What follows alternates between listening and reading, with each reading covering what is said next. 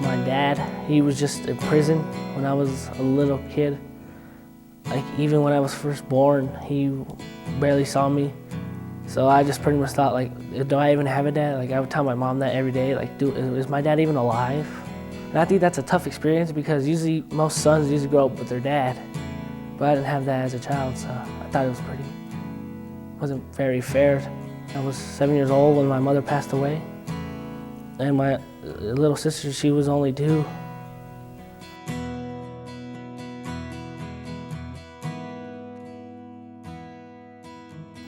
My first experience with the Boys and Girls Club was when I was 4 years old. I grew up with a family of 5 and we were below the poverty level. You would see my family struggle to put food on the table for all of us, so sometimes you would see them not eat, which they didn't think we were paying attention, and we would eat.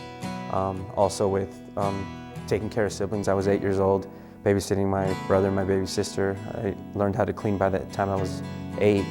I learned how to change diapers by the time I was 8.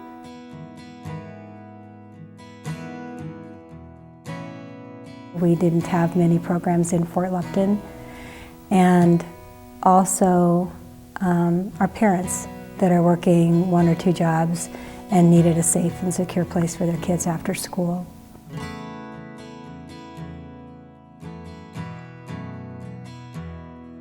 It'd be scary to think of us not have that service.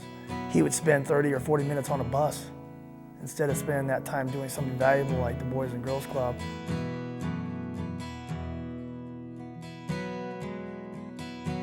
So my family has always had financial issues.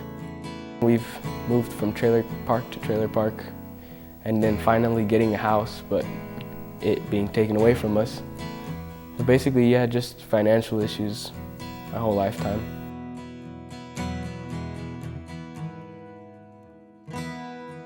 My mom and my dad were married till I was 7, and then they divorced. And my mom became a single mom.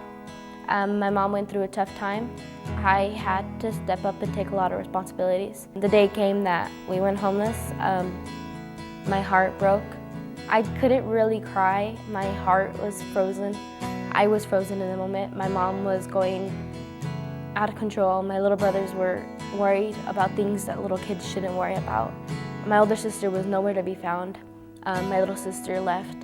My uncles were complete jerks about everything that was happening. My grandpa shut the door on my mom. Everybody that I talked to didn't understand me. I was at a breaking point to where I couldn't cry in front of my mom because if I were to cry, she knows that I was hurting. And that was just gonna break her heart even more because I'm basically the strongest one out of my sisters. I went to club and I talked to Gavin and I talked to Travis and I let them know what was happening. I had to take my brothers there because my mom wanted them to go somewhere until the nighttime came.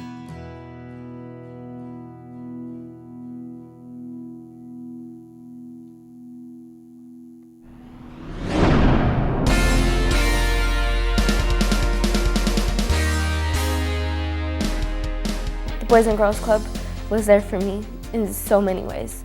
My mom was barely learning how to be a mom again. My sisters and I were barely learning how to be a family again. They helped me through so much. They were really my second family because without the Boys and Girls Club, I really don't know where I would be personally. They're like my second family that I've never had.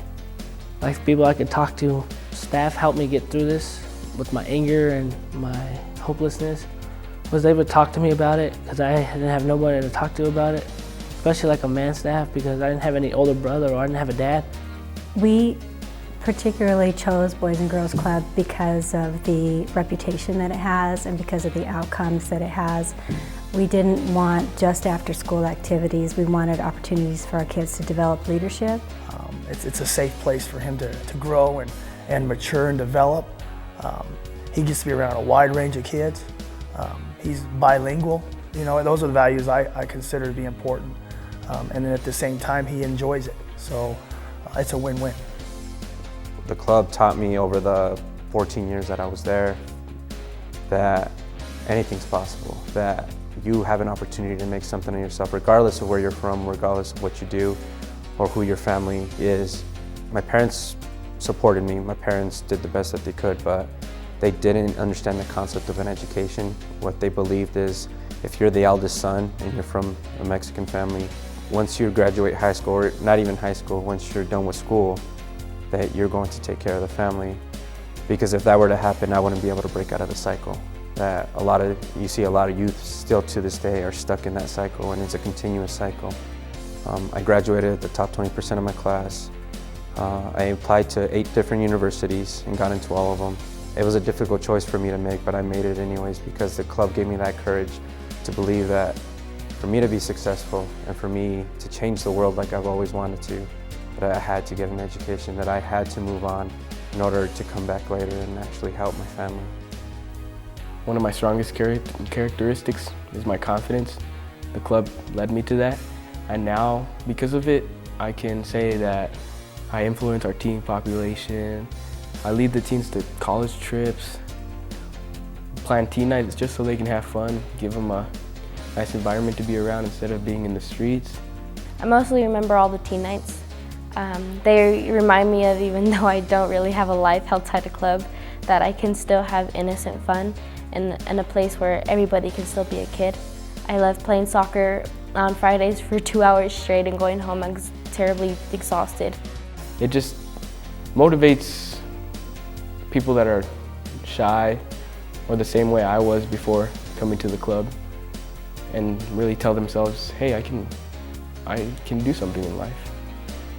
I'm gonna be the first person in my family to attend college and graduate college.